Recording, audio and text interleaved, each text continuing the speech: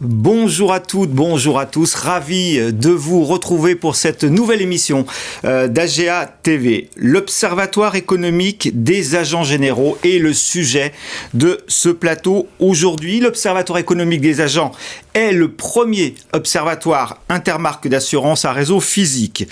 Il donne cette année et donnera les années suivantes une autonomie à la fédération sur la connaissance de l'environnement économique des agents généraux.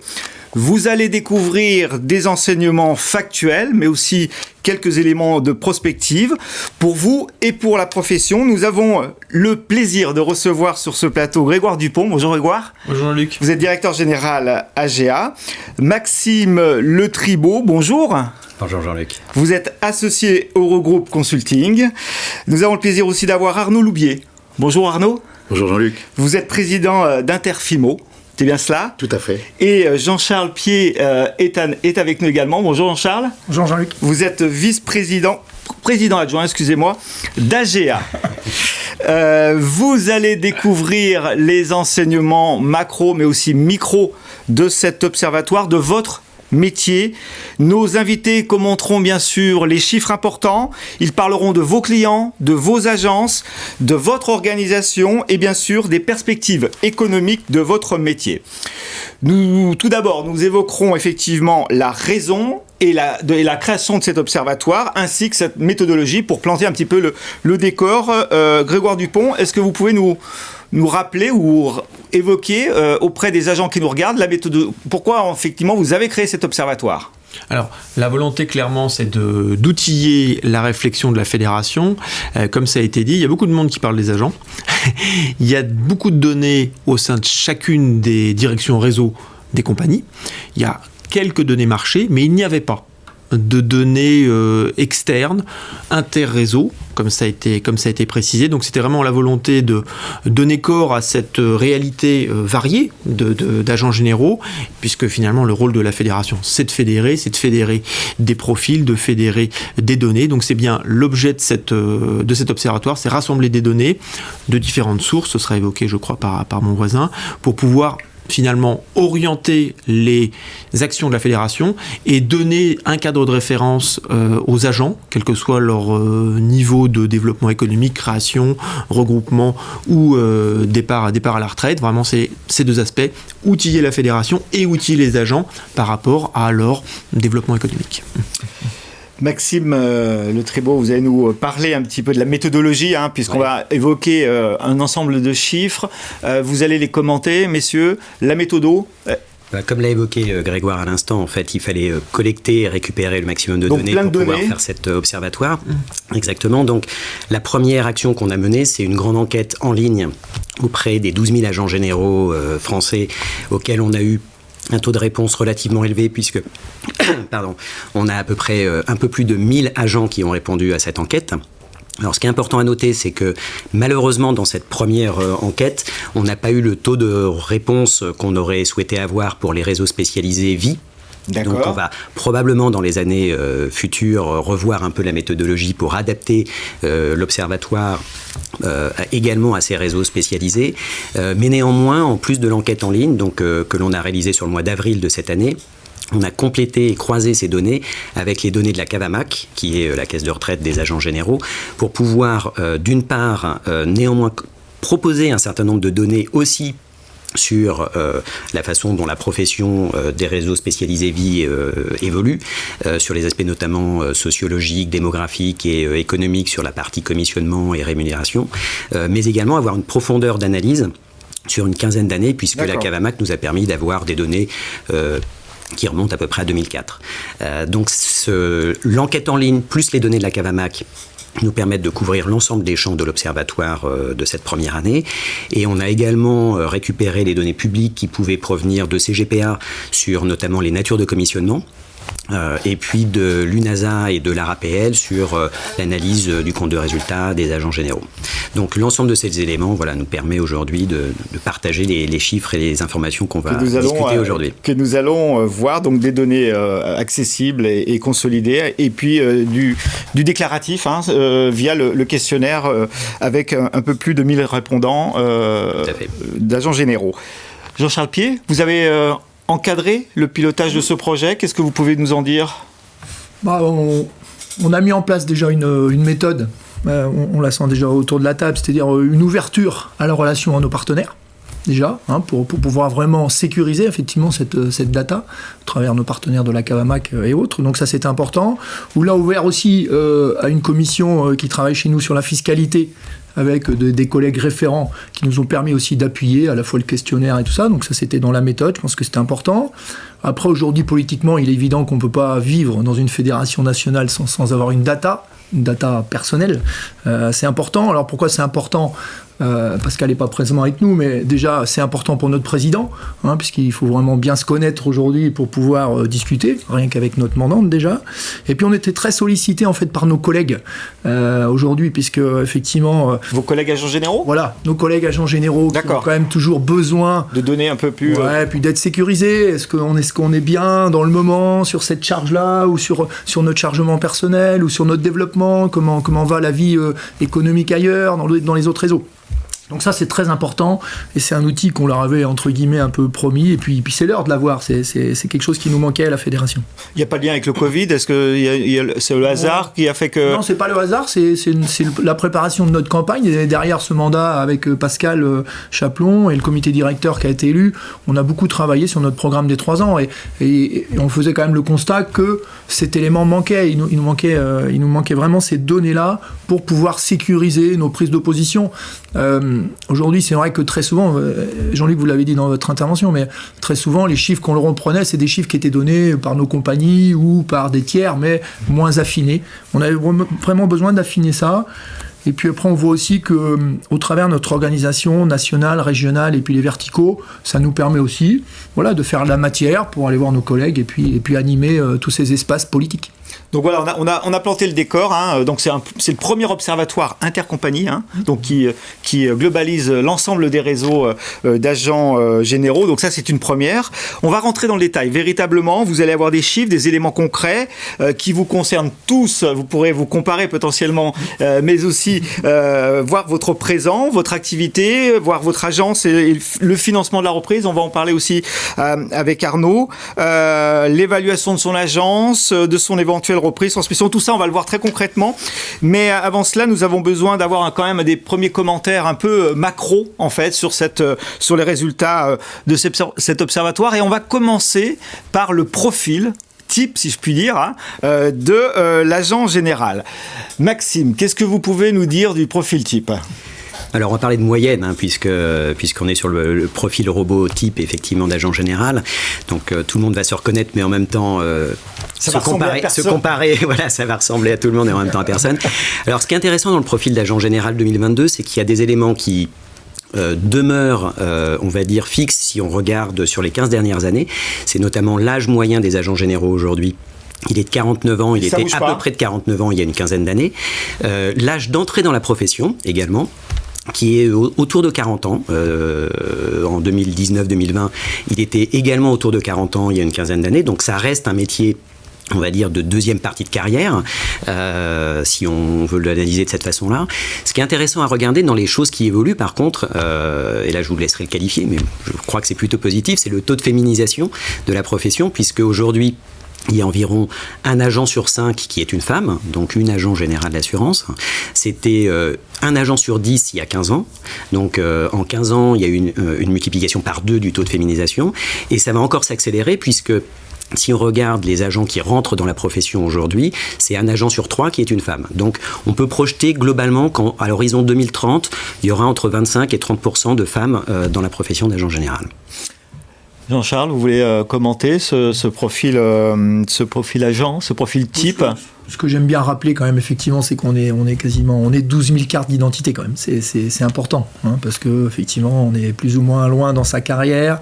On est avec une mandante qui nous marque quand même. Faut être honnête. Il est toujours difficile de croiser un collègue sans vraiment lui demander tu travailles pour quelle compagnie. Donc on a un marqueur qui est au-delà. Fort. Voilà, qui est un marqueur fort. Alors évidemment, après, quand on s'engage un peu plus dans la politique de la fédération, on a tendance à passer un peu au-dessus de ce marqueur, mais la globalité de nos collègues sont marqués. Donc, ça veut dire qu'il y a 12 000 cartes, comme le disait Maxime. Donc, attention, quand on veut se comparer. On a essayé de trouver un socle commun. pour pouvoir communiquer. Donc effectivement, l'agent moyen. On se rassure aussi en disant qu'aujourd'hui, voilà, c'est quand même un jeune agent. 49 ans de moyenne, donc il est dans une dynamique de sa vie. À un moment où il a fait le choix d'être plutôt entrepreneur en plus, voilà, donc ça a besoin d'énergie. Et donc c'est important pour la profession d'imaginer que l'agent qui rentre à 40 ans et qu'il a 49 ans de moyenne, et on sait qu'au final il fera certainement la fin de sa carrière dans cette profession. Voilà. Pour terminer. Et les enjeux de transmission qui aura. Exactement. Et je dis on en parlera aussi avec Arnaud sur les enjeux de transmission. Grégoire Dupont. Oui, en complément de ce qu'a dit Maxime des enjeux macro au niveau de la population, il y a deux éléments qu'on entend qu'il faut peut-être remettre à niveau. Le premier point, c'est on peut objectiver clairement cette tendance ou cette idée qu'on a du baisse du nombre d'agents généraux d'assurance. Sur des tendances sur 15 ans, bien sûr, oui, mais depuis 4 ans, on est descendu à un point bas qui était 11 500 agents généraux, et là on est à 11 900. Donc depuis 3-4 ans, on a une remontée en solde, évidemment, du nombre d'agents généraux. Donc ça, c'est le premier point. D'ailleurs, je complète aussi avec, on en a parlé sur cette émission ou à d'autres moments, avec une population très dynamique des agents spécialisés vie, qui représentent une proportion importante des nouveaux agents généraux. Donc on est sur environ 900 nouveaux agents par an, dont au moins 300 qui sont des agents spécialisés vie, pour vous donner les chiffres. Ça, c'est le premier point. L'autre point aussi, c'est qu'on entend aussi le mot une profession vieillissante. Au plan démographique, c'est pas vrai. Il y a le même nombre d'argents, il y a une population identique finalement, quasiment, à 40 ans, 41, 42 ans, 43, 50, et à 59 et à 62. Il y a pas de... Voilà. Il y a une très belle répartition démographique qui fait que voilà, des gens généraux en fin de carrière, 65, 67, sont remplacés. Aujourd'hui d'ailleurs, avec plus d'âge. Mais il n'y a pas de paquet, si je puis dire, d'agents en fin de carrière. Non, il y a une population qui est très étalée au plan démographique. Donc ça, c'est les deux points macroéconomiques qu'on peut, on le savait, mais on peut le révéler en donnant des chiffres dans le rapport final qu'on transmettra. Maxime, juste pour compléter ce que tu viens de dire, c'est effectivement depuis 3-4 ans, on constate une remontée sensible du nombre d'agents, y compris pour les agents généralistes, portés par les agents généralistes. Enfin, tu as raison. En tout cas, pas que portés par les agents spécialisés vie, y compris dans ces réseaux généralistes. D'accord. Et ça, c'est vraiment une nouveauté. C'est plutôt global. 900 par an de nouveaux agents, c'est ça ? Oui. Ouais, c'est assez considérable comme chiffre. Hein. Sur une population de 12 000. Ça fait pas loin de 10%, quoi. Hein. Donc un renouvellement aussi, c'est une profession qui se renouvelle très rapidement. Et ces 900 sur les 3 dernières années, c'était en moyenne 700 nouveaux agents sur les 10 années d'avant. Donc on voit qu'il y a cette accélération sur la profession en termes de renouvellement et de croissance. Alors, on va peut-être un peu se comparer, peut-être, d'une certaine façon, par rapport aux autres professions, aux autres travailleurs indépendants. Hein. Arnaud Loubier, vous êtes président, on l'a dit tout à l'heure, d'Interfimo, une structure qui travaille avec tout type d'indépendants, hein, vous allez nous le dire. Vous organisez le financement de la transmission, par exemple. Nous en parlerons également tout à l'heure. Vous apprenez, si j'ai bien compris, à connaître les réseaux d'agents généraux. On renforce notre connaissance. Vous renforcez votre connaissance des agents généraux, mais vous connaissez très bien d'autres secteurs plus réglementés. Que pensez-vous de ce profil agent ? Est-ce que vous voyez effectivement des écarts ou des ressemblances par rapport à ce que l'on vient de dire ? Je vais peut-être préciser ou rappeler très rapidement ce qu'est Interfimo. Hein. C'est une société de financement qui a été créée il y a un peu plus de 50 ans par des professions libérales au service exclusif des professions libérales. Et c'est toujours ce que nous faisons aujourd'hui par le biais de ce qu'on appelle un fonds de garantie dans lequel tous les emprunteurs cotisent, ce qui fait que cette mutualité est forte puisque vous avez le Toubib qui va cautionner l'agent général d'assurance, qui va cautionner l'expert comptable, etc., etc. C'est cette mutualité qui fait la richesse de la collectivité des professions libérales qui se retrouvent autour d'Interfimo. Alors certes, aujourd'hui, on est filiale d'une banque qui s'appelle LCL, Grande Banque Nationale à 99%, mais on a conservé au sein de la gouvernance une majorité de professions libérales représentées au conseil de surveillance. Voilà. Donc c'est juste pour rappeler. Et donc on a une vision très large. On fait à peu près les 2/3 de notre activité dans le monde de la santé. Après, il y a ce qu'on appelle les métiers du droit, les avocats, les huissiers, les notaires, les métiers du chiffre, expert comptable, commissaire aux comptes, et puis technique et cadre de vie. Et dans technique technique et cadre de vie, tel qu'on le dit dans le milieu des professions libérales, on va retrouver, bien entendu, les agents généraux d'assurance aux côtés des architectes, des géomètres experts, etc.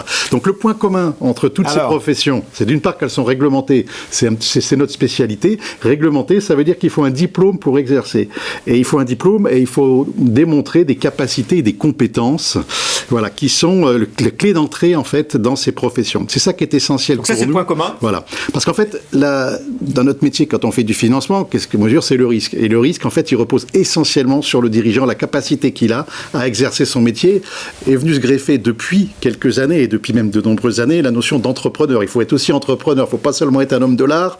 Quand on est un chirurgien, c'est très bien, mais ça aussi, c'est un autre point commun. C'est un autre point commun aussi, c'est cette capacité d'entreprendre. Et je crois que c'est une des forces des agents généraux d'assurance, c'est la démonstration qu'ils ont faite au fil des années de leur capacité d'entreprendre.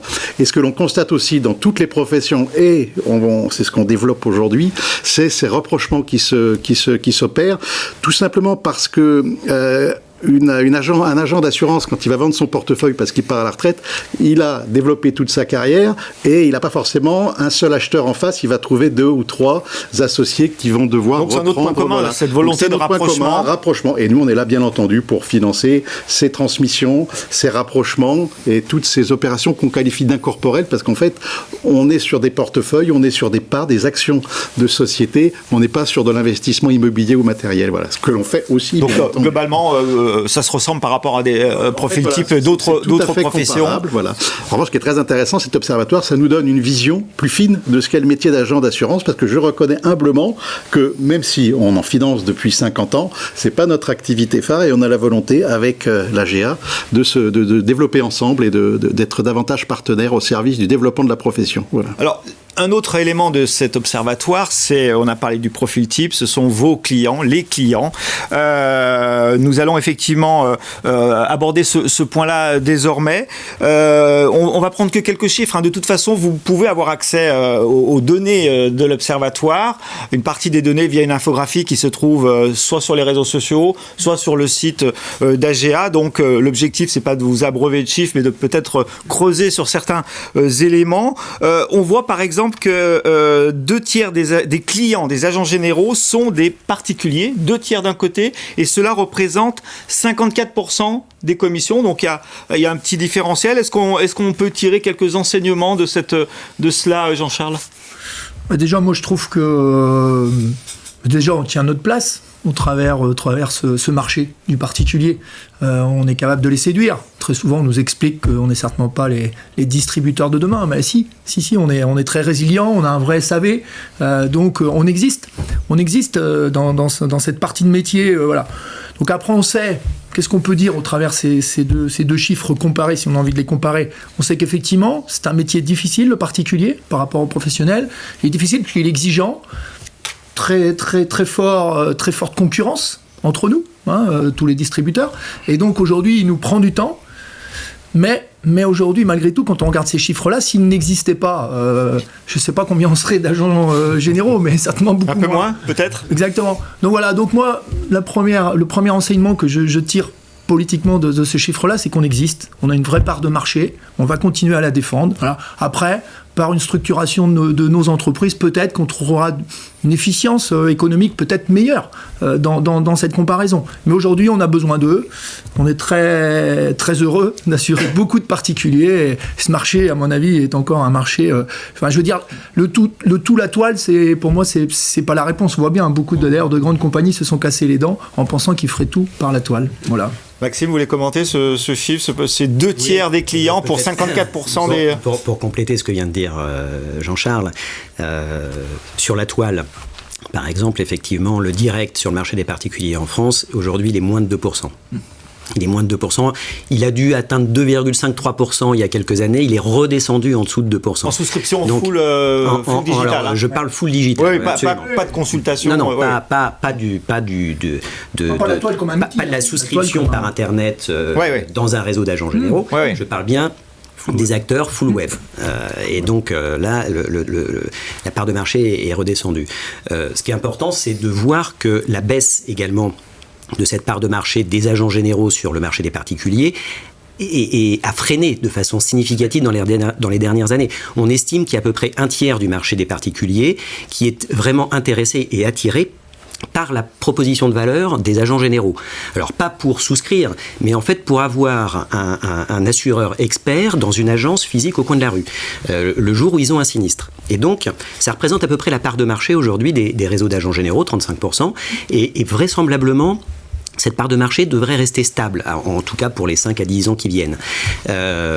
Après, ce qui est à noter, c'est que bien évidemment, on va y revenir tout à l'heure, mais plus les agences sont grosses, plus la part de l'activité sur les professionnels va être grosse aussi, parce que si la part de marché et le poids du particulier reste important et fait vivre encore les agents généraux, ce qui va les aider à se développer, ça va quand même être de plus en plus le marché des professionnels. Mais on va y revenir, je crois, dans quelques minutes. Un autre enseignement dans l'infographie, on voit que quelle que soit la taille de l'agence, en fait, l'activité est très majoritairement IRD.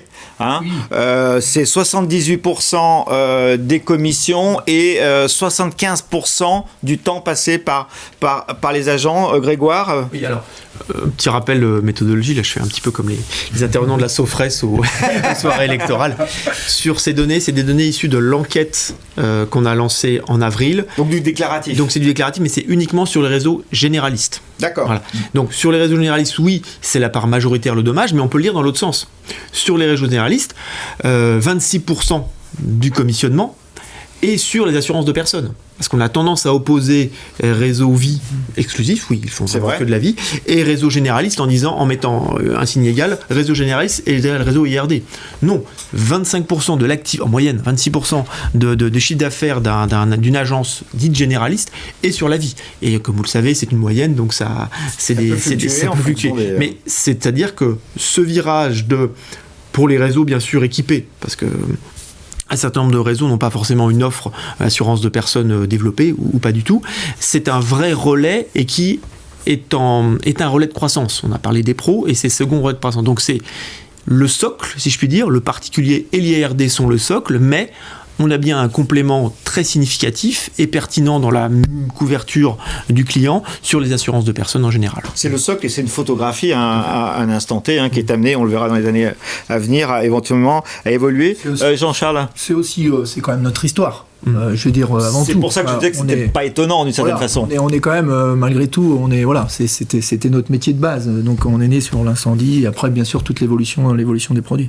Je pense qu'il y a aussi effectivement un élément qu'évoque Grégoire qui est très important, qu'on mettra en avant plus tard, mais on n'a pas analysé finement aujourd'hui la place quand même de l'assurance de la personne. Et au moment où on voit bien arriver quand même une espèce d'économie plutôt de l'usage que de la propriété, tous ces éléments-là, quelque part, ils vont un peu bouger, la mobilité, les enjeux, voilà. Donc je crois que l'observatoire, voilà, c'est la photo du moment, elle est importante de se faire, mais forcément, on va l'affiner demain et après-demain sur tous ces volets qui seront certainement nos parties de marché futures. À observer. Maxime, vous avez des compléments sur cette partie plutôt juste client? Un micro-complément pour dire, un des axes de développement, c'est le marché des professionnels. C'est le marché des professionnels, en premier lieu, sur l'IARD aussi, quand même. Et donc, ce qui explique que la part de l'IRD reste importante. Arnaud, c'est un point peut-être aussi quand même sur le professionnel. Je pense aussi que dans les équilibres, quand on revient sur les équilibres de l'économie de l'agence, on reste quand même dans des TPE. Et c'est vrai qu'aujourd'hui, on peut booster très rapidement ces CA avec du professionnel. On sait aussi que les fins d'année, on fait pas des nuits toujours tranquilles. Donc voilà, donc ça renvoie aussi à cet élément. Donc il y a le gain. On est d'accord, très, très rapide. Et puis après, à un moment, il y a des équilibres nécessaires. Et moi, je trouve que c'est quand même, au final, ces chiffres, c'est des bons équilibres pour un agent, un peu de mon âge, là, qui... L'agent moyen est représenté par Jean-Charles aujourd'hui. Arnaud, qu'est-ce que ça vous inspire, cette photographie que nos invités sont en train d'évoquer? Oui, écoutez, alors, si je parle en tant que financier, c'est extrêmement rassurant parce qu'on voit qu'on a quand même affaire à des activités qui assurent des revenus réguliers, un chiffre d'affaires régulier, mais aussi une rentabilité qui permet d'une part un bon niveau de revenu pour les agents généraux eux-mêmes, d'avoir des salariés, et puis aussi cette capacité qu'on aura au moment de la vente d'un portefeuille sur la valeur qu'on voit, de le financer. Alors sur une durée qui est relativement courte, puisque ça se finance sur 7 ans, un portefeuille d'agent général d'assurance. Alors tout peut se voir en fonction des apports de chacun, etc. Mais bon, pour moi, si vous voulez, l'intérêt de toutes ces données-là, alors encore une fois, c'est des moyennes, il y a des écarts Bien sûr, etc. Mais on voit quand même qu'il y a une forte stabilité dans la valeur une forte constance dans la valeur des portefeuilles, je trouve, autour de 1,2, 3, 4, voilà.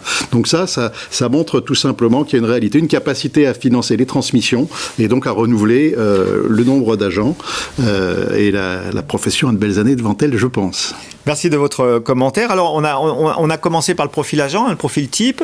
On a suivi avec les clients. Maintenant, nous allons évoquer l'agence, votre agence, et les perspectives de croissance de votre agence. On va se focaliser un petit peu sur le mode d'exercice.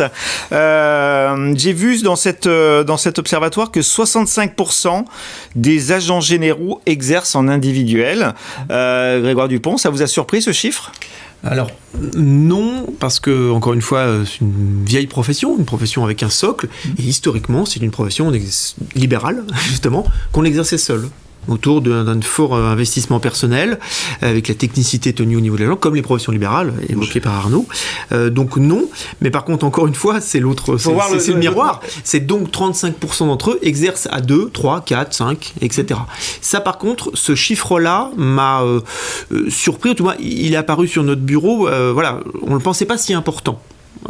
Et justement là on l'a révélé, on savait que certains réseaux avaient fait des choix d'avoir des exercices pluriassociés, certaines grandes compagnies comme MMA Generali pour les citer, d'autres pas, mais là on a vraiment le chiffre global et le 35% à 2 et plusieurs, ça c'est plutôt un chiffre nouveau en tout cas en termes de réflexion qui commence à changer la donne quand on a plus d'un tiers d'un mode de fonctionnement d'une profession qui a un mode de fonctionnement à plusieurs, donc les logiques de transmission, de taille de portefeuille, c'est très cohérent avec la taille, etc., avec la multispécialité, mais ça c'est une vraie évolution sur des temps longs, sur des dizaines d'années, passage d'un exercice vraiment individuel jusqu'à les années 80, 90, etc. Et là, 35% qui exercent à plusieurs, et on verra demain, mais ça donne plutôt un signe vers l'augmentation moyenne de l'agence et l'augmentation de l'exercice à plusieurs. On a un peu de profondeur sur l'évolution de ce chiffre ou pas dans l'observatoire ? Alors, non, pas encore, parce que là, ce sont des données qui sont issues de l'enquête. Déclarative, donc on verra l'année prochaine. Voilà, on va avoir petit à petit de la profondeur d'analyse dans le temps.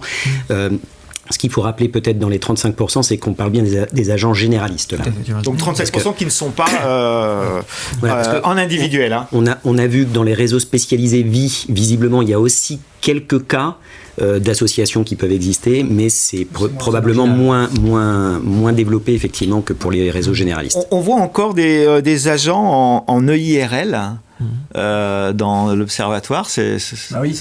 Après, l'EIRL elle a été supprimée. Elle est juste arrêtée pour la création. Mais d'abord, il faudra gérer le stock de l'IRL pour l'État, et donc il va encore en rester un certain nombre et un certain temps. Après, ce qu'on disait, c'est que notre histoire, c'est de l'entreprise individuelle. Mais effectivement, comme l'entreprise individuelle marque un certain nombre de limites, et entre autres de pouvoir faire le choix à l'impôt sur société, c'est comme ça qu'un certain nombre de nos collègues sont passés en EIRL de façon volontaire, sans avoir d'ailleurs à informer leur compagnie, donc c'est un moyen assez facile. Donc c'est pour ça qu'aujourd'hui, tous ces agents d'ailleurs qui se structuraient à 2, à 3, regarder l'ensemble de leur activité et des outils potentiels, et entre autres le choix de l'impôt société en été. Donc la loi indépendante l'a supprimé le 14 février, mais ça subsiste en fait, elles peuvent continuer à vivre, c'est ça ? Donc, premièrement, elles peuvent continuer à vivre, et puis deuxièmement, aujourd'hui, elles renforcent peut-être l'entrepreneur individuel sur un certain nombre de sujets, donc c'est qu'avec Grégoire et les services de la Fédération, on est très actifs auprès des services de l'État administratif pour effectivement appuyer sur un certain nombre de sujets.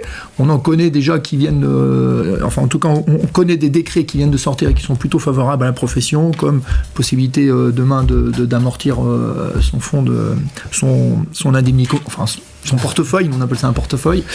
Et puis elle va aussi nous donner, on espère, demain, la possibilité de pouvoir exercer comme on le veut, et donc pourquoi pas en SARL pour ceux qui en auraient le projet. Donc on travaille tout ça, oui, effectivement, avec la fédération, et on est très acteurs auprès de l'État sur l'évolution de cette loi. Grégoire ? Sur des, prenons un peu des temps longs, etc. On a eu bien un exercice individuel, profession libérale classique, cette opportunité qui date il y a quelques années de protéger une partie du patrimoine personnel, donc c'est un premier pas.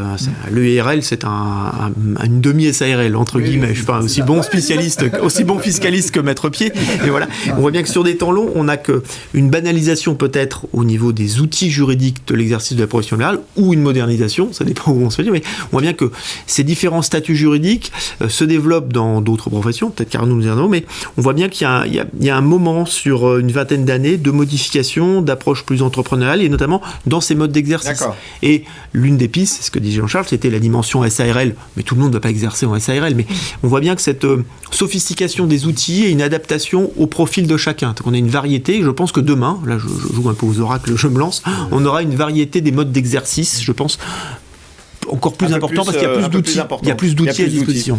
Et plus de situations particulières. On va parler du chiffre d'affaires des agences, la rémunération des agents généraux, des commissions. Qu'est-ce que l'Observatoire révèle, Jean-Charles Pied, et comment vous interprétez les chiffres que vous allez nous donner ? Là aussi, il a confirmé ce qu'on pressentait, puisque effectivement, là, on avait quand même un peu de proximité avec la Cavama qui nous donnait des chiffres annuellement.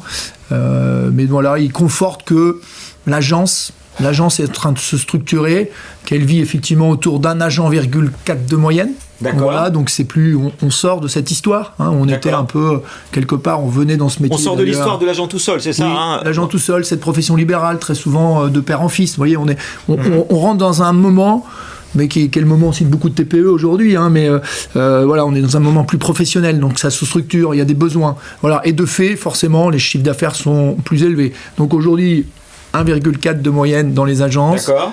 3,8 collaborateurs, ça aussi c'est important, c'est-à-dire que voilà, c'est fini un peu cette petite agence qui tournait, voilà, il y a des besoins, il faut répondre, on veut cette proximité, et puis donc il y a cette professionnalisation quand même qui est là, présente, la réglementation qui est arrivée, qui demande du monde. Donc aujourd'hui, 500 000 € de chiffre d'affaires à peu près, dans une agence moyenne, pour 1,4 avec 3,8 salariés. C'est une belle image, moi je trouve que voilà, on est dans une belle progression, c'est d'ailleurs aussi certainement pour ça qu'on inverse la courbe aujourd'hui, avec d'autres raisons peut-être, mais une raison principale, c'est quoi là, on se professionnalise, on va être là, on sera là demain avec au moins nos 12 000 agents. Donc des chiffres d'affaires, pardon Grégoire ? C'était aussi un lien qu'on fait parfois pour examiner le dynamisme d'une profession, traditionnellement, et on l'a fait pour les agents, mais d'autres professions, on regarde le nombre. Donc on sait qu'il a baissé sur les 40 ans. Mais si on met en parallèle la baisse du nombre nominal d'agents généraux chez d'entreprise, mais l'augmentation du personnel en agence, je suppose qu'on doit arriver à des choses complètement différentes. Donc c'est mettre en parallèle cette augmentation du nombre de collaborateurs moyens. Voilà, on a des entités économiques qui ont, au global, agents plus collaborateurs, je pense sur la période augmentée. Sur les 20 ans, voilà. Et qui explique aussi cette augmentation du chiffre d'affaires, voilà, moyen. On a une progression du chiffre d'affaires par rapport au recul que nous avons. Oui. Pardon ? Très net. Vous avez un ou deux chiffres, donc on passe de combien à combien ? On arrive à 500 000, vous l'avez dit ? On arrive à 500 000 aujourd'hui sur l'agence moyenne photographie. Attention, 500 000 pour un agent, 4. Donc ça, on a vu que les chiffres, il faut les prendre. Voilà, parce qu'on a tout le temps parlé. Oui, voilà, parce qu'on a beaucoup parlé du chiffre moyen par agent. Donc aujourd'hui, on parle maintenant de l'agence. Dans le cas présent, on est plus. D'ailleurs, vous voyez, on change aussi nos positions et nos approches, puisqu'aujourd'hui, on parle bien d'une agence, d'une entreprise. Vous voyez, alors qu'avant on avait tendance à ramener ça à l'agent. Donc longtemps l'agent a été voilà, moi je l'ai connu tout début il y a une dizaine d'années, on parlait de 220, 230, 250 000 €. Voilà, aujourd'hui par agent, bien sûr. Et donc aujourd'hui il est autour de, quand vous faites 500, je sais plus, ça fait 330 ou 340 000 € de chiffre d'affaires moyen. Donc une nette quand même augmentation. Et le revenu, alors pour le coup de l'agent général, lui il a suivi cette même progression ? Voilà, le revenu augmente aussi. Voilà, mais Moins vite. Ça va beaucoup moins vite que le CA, mais c'est normal parce que, je vous dis, cette professionnalisation, cette réglementation, cette relation en eau demandante, aujourd'hui, c'est plus dans l'arrière-cuisine. J'exagère un peu, mais je veux dire, voilà, c'est une agence qui a pignon sur rue, qui doit se refaire tous les 7-8 ans parce que, voilà, elle a une vitrine. Donc, on a tous ces coups aiguilles, on a des transferts de charges. C'est d'ailleurs un petit sujet politique aujourd'hui entre nous et la Fédération de l'assurance. Voilà, parce que, aujourd'hui, effectivement, des choses qui sont arrivées chez nous ou des choses que l'on payait, comme un certain nombre de licences et choses comme ça qu'on n'avait pas. Donc je pense quand même que les CA ont été plus vite que l'évolution du revenu. Maintenant après, Arnaud le disait tout à l'heure, on reste dans une profession avec des revenus quand même qui sont des beaux revenus. Donc on espère demain encore séduire de nombreux agents à nous, en tout cas de nombreux entrepreneurs à rejoindre notre métier. D'accord. Peut-être sur la progression et les éléments, quand on regarde l'augmentation du chiffre d'affaires, du commissionnement, par exemple depuis 2015 on est à plus 7%. Alors, ce qui est positif... Des revenus. Là, je suis sur le commissionnement. Non, le commissionnement. Donc, ça augmente, oui. Donc, il n'y a pas de décrochage. 16% depuis... 7% depuis 2015. 7%. D'accord. Oui, mais aussi, on a un puissant moteur dans l'économie de l'assurance, c'est l'augmentation des primes d'assurance. Voilà, donc c'est juste pour être honnête, parce qu'on essaie d'avoir ces chiffres-là. On est sur une progression qui est, je dirais, il y a un effet volume, beaucoup, qui est lié donc à l'inflation, parce qu'on est finalement sur ces 6 ans d'examen, 2015-2021, l'effet sur le commissionnement, c'est grosso modo un petit peu plus que l'effet de l'inflation. D'accord, voilà. Donc ça mérite d'être clair. Hein. Maxime, vous voulez... Oui, juste pour compléter sur le fait que, en plus, ça se répartit sur un peu plus d'agents. Oui. C'est-à-dire que là, 7%, c'est la commission moyenne d'une agence. Ce qu'on disait tout à l'heure, c'est qu'on commence à avoir à nouveau une croissance du nombre d'agences depuis 3-4 ans. Donc ça veut dire que le chiffre d'affaires global porté par les agents généraux aujourd'hui d'assurance a un petit peu plus cru que les 7% qu'évoque Grégoire, ce qui explique l'attractivité d'ailleurs, hein, c'est un effet un peu boule de neige positif d'une certaine manière, l'attractivité de la profession.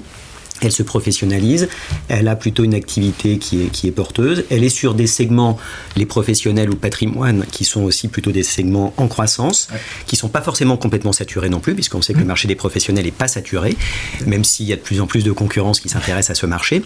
Mais aujourd'hui, les agents généraux ont une longueur d'avance par rapport aux autres concurrents comme les MSI ou les banques assureurs qui s'intéressent de plus en plus à ce segment. Alors ce qu'on apprend aussi dans cet observatoire, c'est que les agents généraux font 4,2% de courtage. J'allais dire seulement, 3 petits points. Jean-Charles Pied, qu'est-ce que vous en pensez ? C'est une question qui est, pour moi, il est facile. Pardon ? Il est facile de répondre à cette question. Non, mais on est tellement attaché à notre demandante, contrairement à des fois à ce qu'elle pense. Non, mais c'est pas surprenant, les 4,2%. Non, c'est pas du tout surprenant. Les agents généraux, les agents généraux aujourd'hui sont des entrepreneurs très fidèles à ce contrat qu'ils ont avec leur mandante. Je le disais un peu en introduction, on est très attachés, on porte un maillot.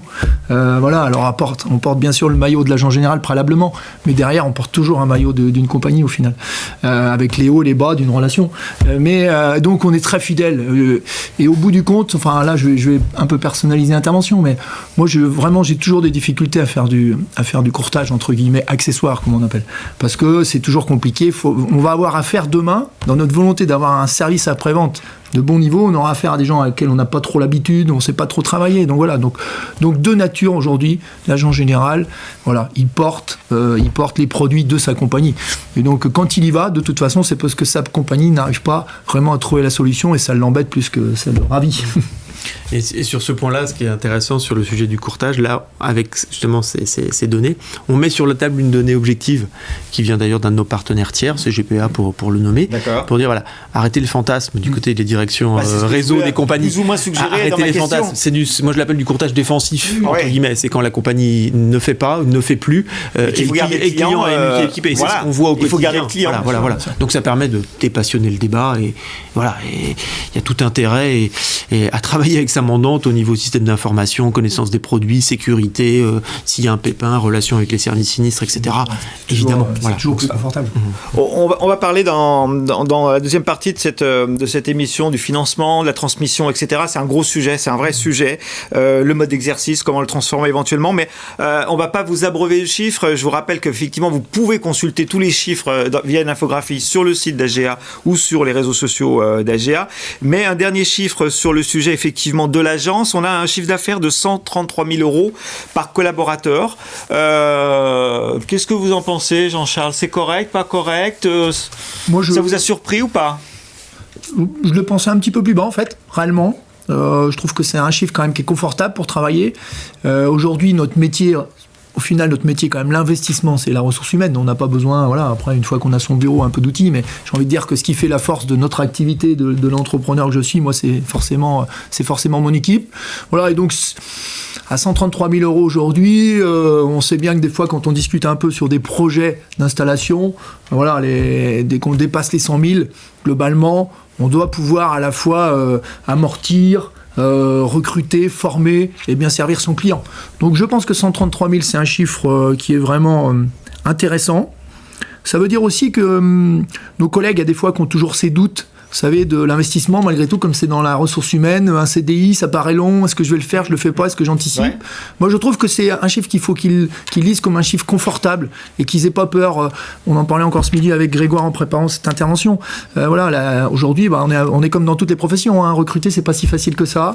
J'ai envie de leur dire, vous avez de la marge, il faut investir. Ce 133 000, il est confortable. Et donc, allez-y, pour être là demain, il faudra qu'on soit encore plus professionnel, donc il faudra qu'on soit staffé, on le sait. Et donc voilà. Donc, un bon chiffre. On verra s'il se tient, mais en tout cas un bon chiffre. On rappelle que c'est le chiffre d'affaires par collaborateur, hein, ramené à un collaborateur. Hors agent. Pardon ? Hors agent. La précision est importante. Oui, tout à fait. Arnaud, par rapport à d'autres secteurs, le but c'est pas toujours de se comparer, mais ça vous paraît correct, pas correct, ce chiffre d'affaires ramené à... Oui, je pense qu'il faut absorber des coûts salariaux qui sont... je pense qu'on paye correctement les gens chez les agents généraux d'assurance, les salariés. Je pense qu'il y a un coût qui est largement absorbable, si je puis dire, par les 130 et quelques mille euros qu'on vient de citer là. 133 000, oui. Alors c'est difficile de comparer avec d'autres professions. Je pense que des professions de santé notamment, c'est un petit peu plus difficile. Mais si je prends la pharmacie d'officine, qui est un peu le repère que nous pouvons avoir dans une logique un peu commerçante aussi, c'est assez proche. C'est assez proche. La marge n'est pas la même non plus, hein, mais voilà, je parle de marge là parce que c'est par rapport à la marge. Bien sûr. Ce sont des primes nettes donc. Voilà, donc je pense que c'est important. Et ce que je trouve aussi très important, et ça on l'a dit, c'est le mandat en fait. Hein. C'est le mandat qui donne toute la solidité à la relation entre l'agent et la compagnie. Et aujourd'hui, je parlais du diplôme en introduction, mais les compagnies aussi choisissent les agents de manière extrêmement sélective. Et c'est aussi un élément rassurant dans la relation qu'on peut avoir en matière de financement, quoi. Beaucoup d'agents se posent des questions sur leur modèle économique. Ils veulent faire évoluer pour certains leur mode d'exercice, faire grossir leur activité. D'autres veulent transmettre. Concernant le mode d'exercice, Grégoire Dupont, que faut-il conseiller ? Est-ce que vous avez quelques conseils à donner en termes de statut, d'organisation, de modèle économique ? Il n'y a pas de modèle unique. Il n'y a pas de mode d'exercice unique. C'est vraiment en fonction du point de départ de l'agent, que ce soit un nouvel agent ou un agent qui est en situation de reprise. Est-ce qu'il est dans l'univers des agents vie en pur développement ? Est-ce qu'il est en reprise ? La reprise du portefeuille est-elle sur un portefeuille de taille soutenable facilement au plan financier ? Est-ce qu'ils sont deux à reprendre ? Est-ce que la personne a un patrimoine suffisant personnel ou une capacité d'endettement ? Donc, il n'y a pas de modèle type. Il n'y a pas de standard, en fait. Il n'y a pas de standard. Par contre, il faut bien que l'un des jobs de la fédération, c'est bien que toutes les options de la boîte à outils soient bien sur la table et que, surtout, l'agent général, quelle que soit cette situation, en reprise, en transmission, etc., il ait tout en tête pour voir quel est l'outil le plus pertinent. Mais que ce qu'on souhaite, nous, c'est que tous les outils soient ouverts. Et notamment, Jean-Charles l'avait évoqué, et je me permets de le redire, c'est un gros travail du moment, ceux qui souhaitent exercer en association, qu'ils aient bien la case SARL ouverte. Là, il y a du boulot. D'accord. Par rapport, là, il y a du boulot de convaincre les compagnies pour dire les choses. Voilà, mais qu'on ait bien toutes ces options. Même si il est certain que les options pour les agents qui reprennent des portefeuilles avec des options IS à l'impôt sur les sociétés sont évidemment plus pertinentes. C'est une famille de solutions. Faire naturellement le calcul est vite fait avec les experts comptables ou avec les divers conseils qu'elle peut avoir un agent général. Vrai que par rapport à ce qu'on peut rencontrer dans d'autres professions, c'est vrai que le IRL on rencontre pratiquement pas ailleurs. Après, il y a les sociétés d'exercice libéral qu'on trouve dans d'autres natures de professions, mais en fait, c'est le copier-coller il y a la CELARL, donc il y a de la SARL, et je pense que demain, si on veut vraiment avoir des agences qui grossissent par association et par regroupement, la SARL peut représenter un excellent vecteur, mais c'est un point de vue personnel. C'est une possibilité concernant donc le financement de la croissance ou de la transmission. Arnaud, vous l'avez expliqué tout à l'heure, Interfimo est un organisme de cautionnement. Vous accompagnez les besoins de financement des agents généraux, d'autres professions, mais aussi des agents généraux. Rapidement, comment cela se passe? Quelles sont les possibilités et vos conseils sur ce sujet? Oui, les possibilités sont multiples. Alors, on va parler surtout là de la transmission, en fait, de l'acquisition d'un portefeuille. Je pense qu'il est de plus en plus rare qu'on crée un portefeuille ex nihilo aujourd'hui, même si ça existe encore un petit peu. Mais voilà, en vie, oui, mais en IARD, je pense que ça n'existe plus pratiquement. Enfin, je pense pas. Quelques réseaux qui essayent, mais c'est difficile. C'est difficile. Voilà, donc en fait, donc je pense que la logique aujourd'hui, on voit ces agents qui commencent à se regrouper, 1,4, bientôt 2 peut-être. Et donc en fait, c'est d'identifier au sein de son cabinet, de son agence, d'identifier peut-être les collaborateurs à potentiel qui ont la capacité un jour à devenir agent et de les associer progressivement. Alors ça, c'est une idée, c'est une hypothèse, mais c'est ce qu'on commence à rencontrer de plus en plus. Je parlais de la pharmacie d'officine tout à l'heure.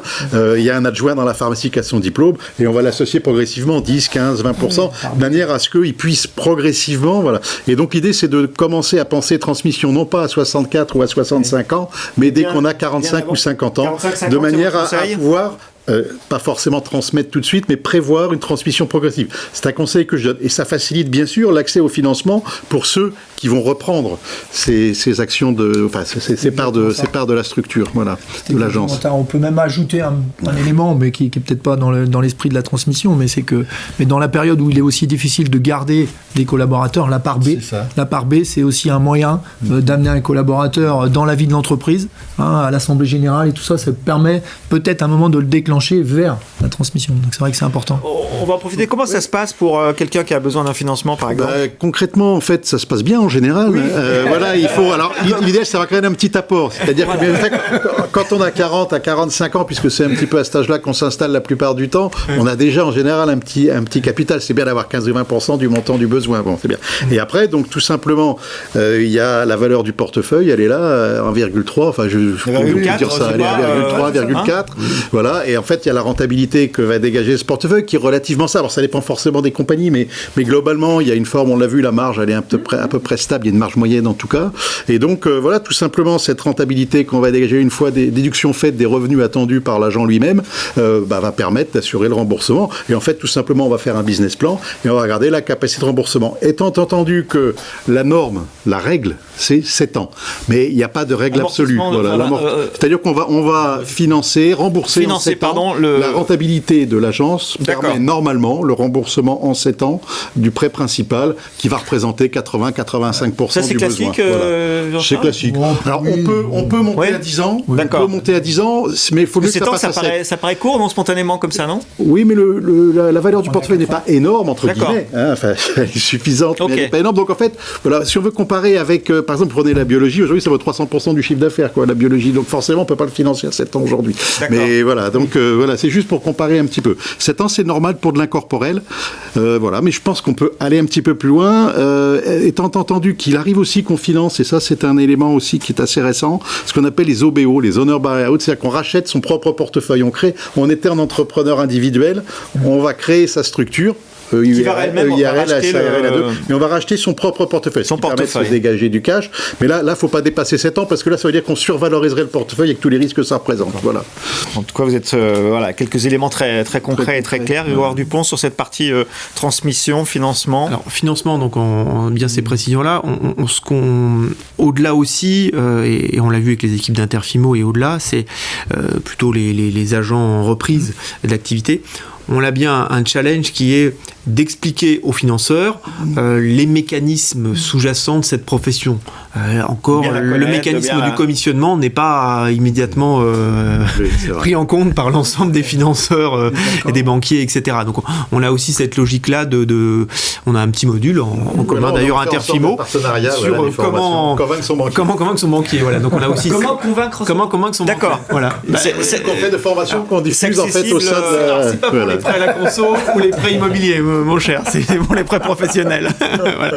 Et donc on a ces deux travaux avec Interfimo sur vers du financement via Interfimo, pour être clair, mais aussi et merci de ce rôle-là, ce rôle aussi de comment est-ce qu'on fait pour convaincre, expliquer. Business plan, voilà, tout simplement en fait. Montrer qu'on est un entrepreneur et qu'on sait où on va. C'est tout en fait.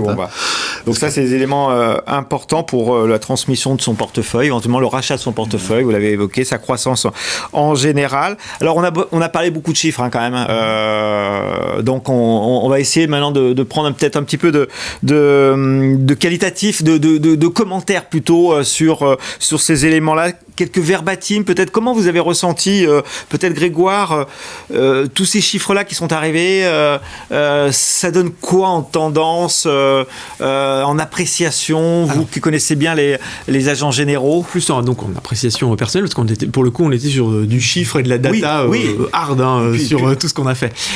Comment dire, moi, les mots qui me viennent en tête, c'est solide, sérieux, et optimiste. Ils sont optimistes, c'est cette sensation que vous avez eue Oui. Dans cet univers économique un peu très chamboulé, on ne sait pas de quoi demain sera fait, l'inflation, etc., les marchés boursiers, les ralentissements économiques, les chaînes d'approvisionnement perturbées, etc., un monde un peu anxiogène, plutôt raisonnablement optimiste ou optimiste et raisonnable. C'est vraiment les idées que j'ai en lisant ces statistiques, parce qu'effectivement, c'est une profession résiliente, solide. Ils pensent recruter aussi un petit peu, on n'en a pas parlé parce qu'on n'a pas pu donner tous les chiffres. Ils ont déjà bien recruté, ils pensent. Déjà bien recruté. Bon, alors évidemment, les leviers étaient là, mais l'alternance, aujourd'hui même l'accompagnement dans des deuxièmes vies, on est en train de mettre en place une licence. Donc je pense qu'on est bien présent dans ce monde. En fait, il y a quand même, et peut-être qu'on peut le ressentir derrière le travail qui a été mené sur l'entrepreneur individuel, mais je pense qu'aujourd'hui, le Covid a démontré quand même qu'on avait une agilité, qu'on avait une proximité qui était vraiment très intéressante, une bienveillance. D'ailleurs, une bienveillance. Combien de collègues pendant le Covid, au final, fermés au public, ont passé des coups de fil à leurs sociétaires ou à leurs clients, juste pour savoir comment ils allaient, tout ça, c'était incroyable. On avait plutôt la tendance à faire un appel pour vendre un produit complémentaire. Donc je crois qu'on a vraiment trouvé notre place, et je pense que ça renforce l'agent général, le vieil agent général, entre également les bonnes valeurs du vieil agent général qui était quasi le médecin local, qui connaissait bien la famille, qui l'assurait et les biens. Donc, et vous, Jean-Charles, vous avez une vision en termes de... Après, moi, j'ai un tempérament, donc derrière mon tempérament, Grégoire a parlé d'optimisme. Moi, je suis vraiment... On avait senti qu'il y avait des choses qui changeaient.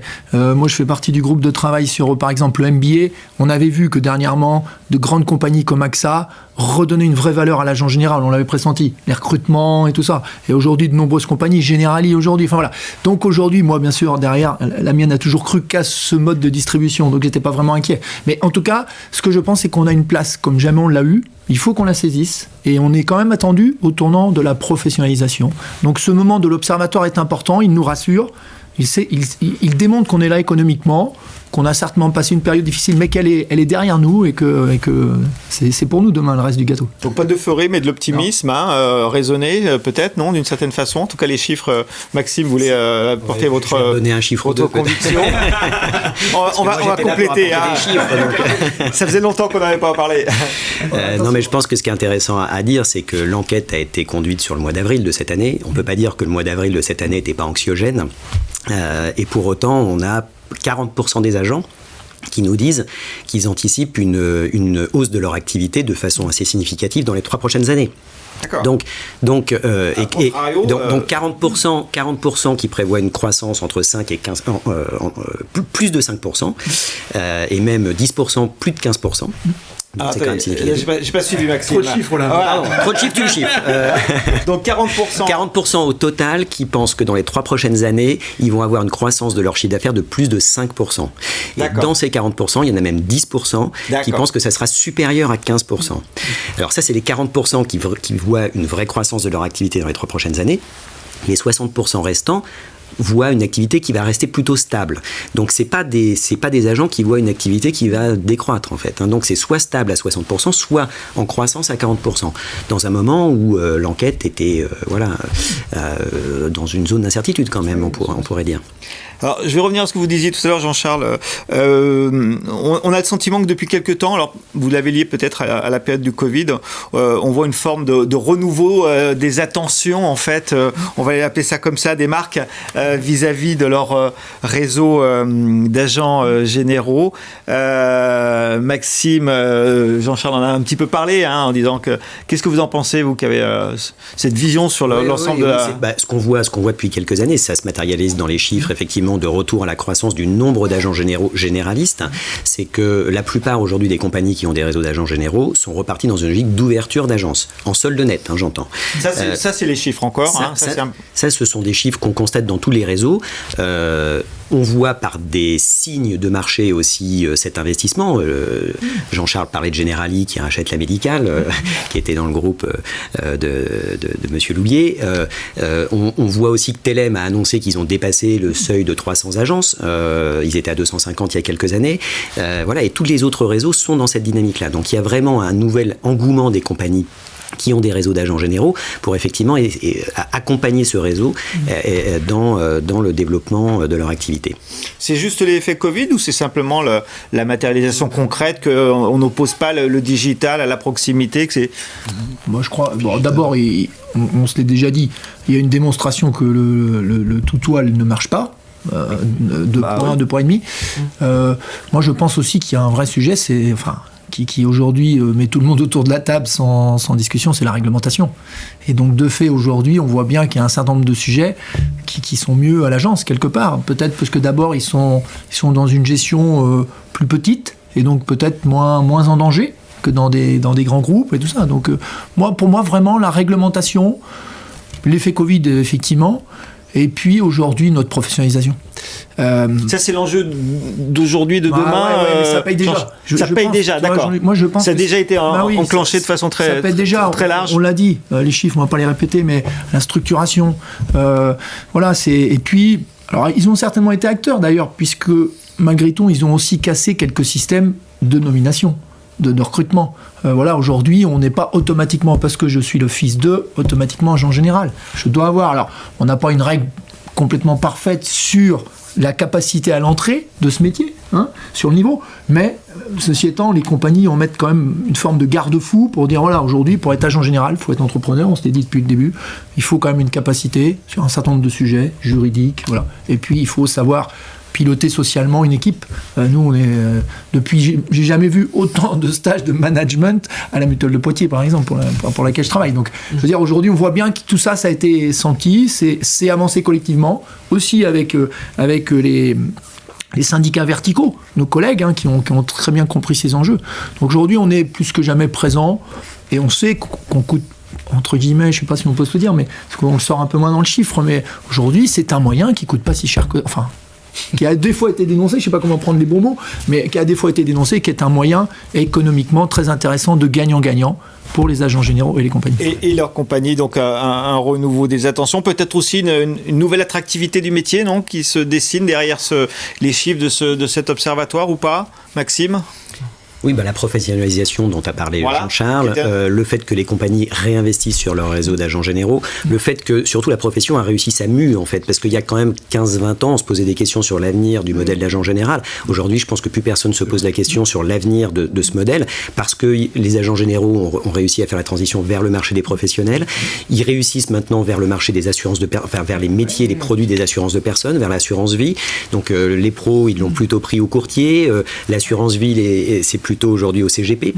Mais on voit qu'ils savent vendre ces produits-là, s'adresser à ces clientèles-là, et que en fait, ils savent même mieux que la plupart des autres réseaux qui existent. Donc, c'est clair que c'est un métier aujourd'hui qui a une attractivité importante.